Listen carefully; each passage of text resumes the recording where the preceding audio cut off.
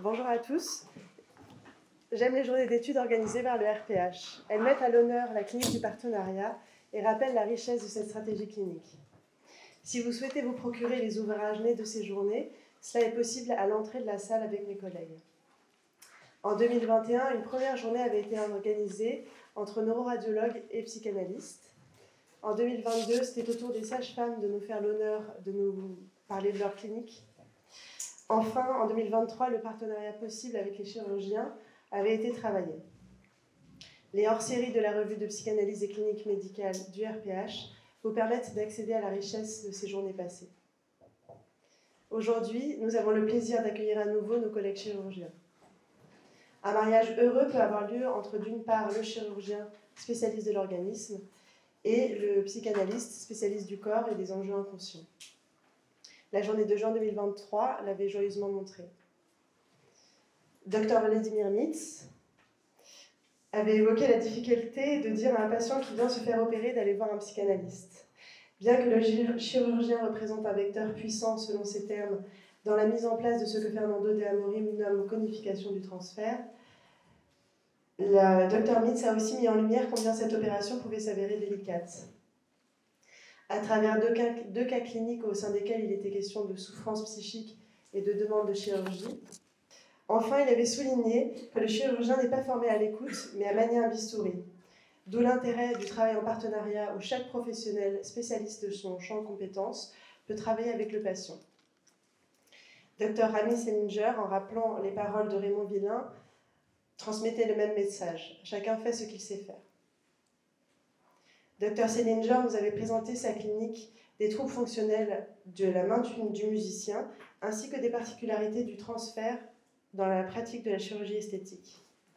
Il avait mis en exergue l'importance de la prise en charge multifactorielle. À travers un cas clinique, Dr Selinger avait aussi témoigné des difficultés d'orienter un malade vers un professionnel de l'écoute, donc de faire naître le transfert avec le psychanalyste. Dr Sylvie Abraham nous avait partagé sa clinique avec des patientes souffrant de vaginisme et la nécessité d'une prise en charge pluridisciplinaire. Elle soulignait que le réel défi thérapeutique est que ces femmes puissent ressentir du plaisir durant les relations sexuelles avec pénétration. Cette question de la relation aux femmes, au plaisir et à la douleur, la question du masochisme, est centrale en psychanalyse. Enfin, à travers son intervention, Dr Stéphane Romano avait démontré les rapports existants entre les affections de la main et l'appareil psychique. Il avait souligné que le moment auquel survient la douleur n'est pas anodin dans l'histoire subjective de l'être. Enfin, il avait évoqué ce qu'il a appelé les blessures providentielles, à savoir des patients qui, suite à des traumatismes graves avec perte réelle, se sentent mieux qu'avant leur blessure. Le traumatisme s'est révélé être un départ qui leur a apporté quelque chose, avait-il souligné.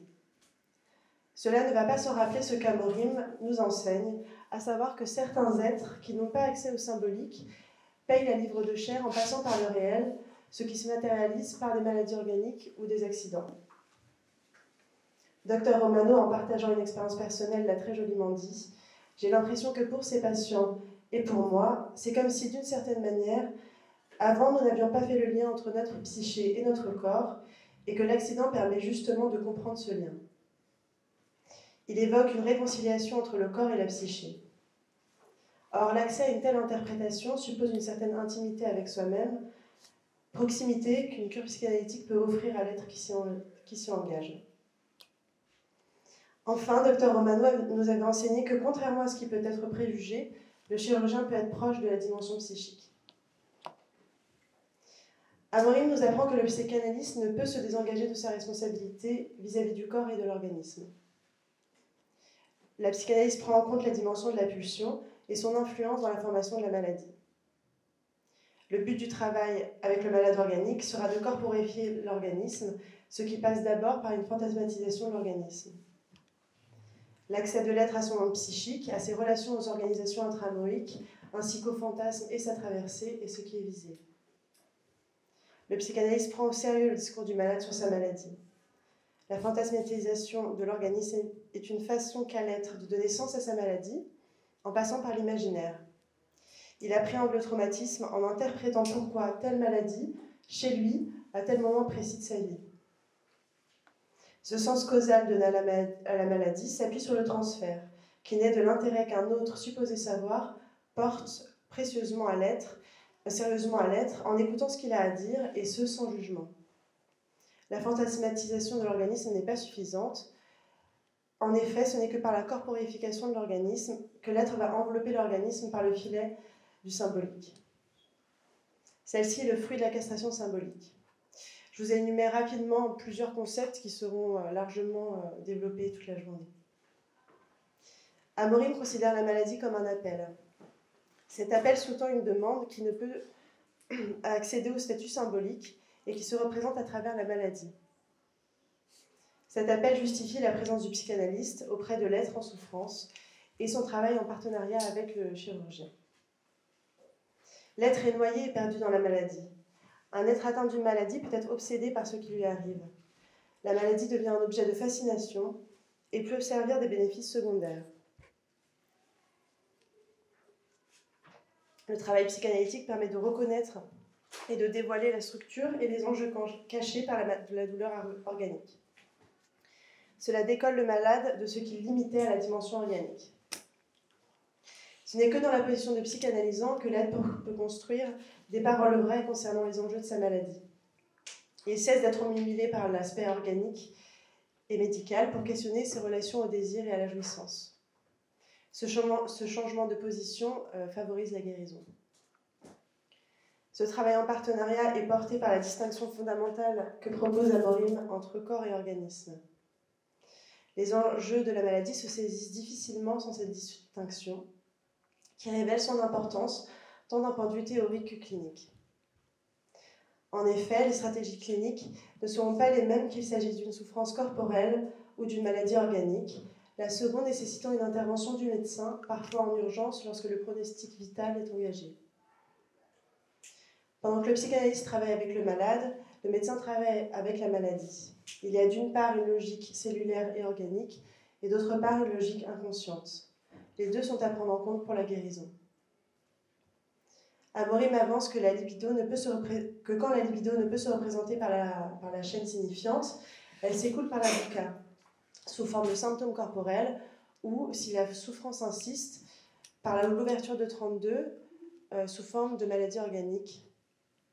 D'où l'intérêt que le psychanalyste n'ignore pas les manifestations corporelles. Jacques Lacan précise que la visée du travail psychanalytique sera de délivrer la parole emprisonnée dans le langage. Le travail psychanalytique marié aux soins médicaux permet alors la construction d'une autre voie pulsionnelle, marquée par la castration symbolique. L'organisme malade répond favorablement au traitement quand l'être est en psychanalyse. Ce dernier s'engage de manière responsable dans la mise en place du traitement et le respect des indications médicales.